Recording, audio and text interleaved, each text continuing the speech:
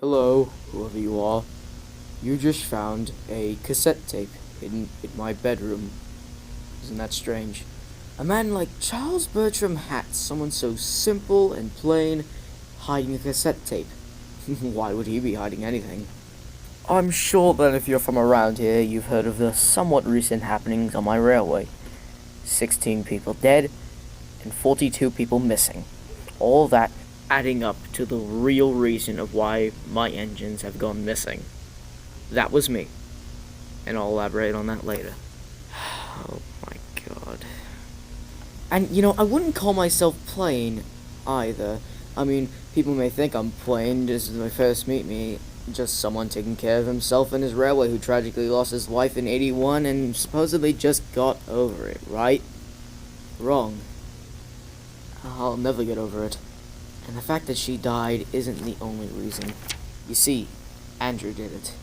It's not a surprise. Most people know that it wasn't an accident, but he keeps saying it is, but he's a liar.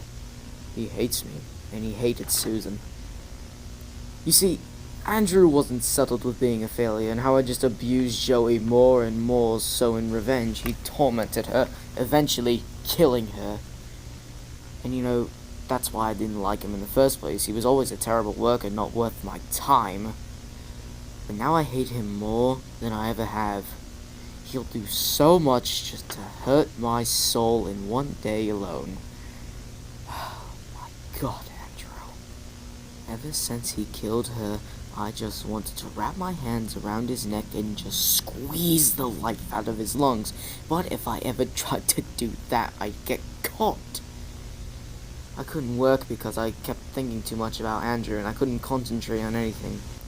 Papers started piling up and just kept fogging up my mind, and I needed a release.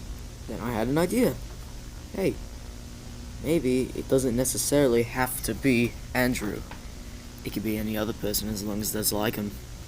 Now, who do I know that acts as stupid as Andrew? Joey Marcotte Sanders. And hey, if they act like him, then he deserves it.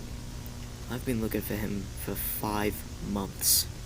I asked a bunch of people if they know where he could be, and nobody told me. So I took them with me and just gave it to them. And then I continued searching without the slightest bit of guilt. It was hell for them, but it was heaven for me. And then I go looking again. So there. Now you know. And now that you've heard this, you should know that I check this spot every day to see if this tape has moved. I've seen it so many times that I'll even be able to tell even the slightest difference. I will know.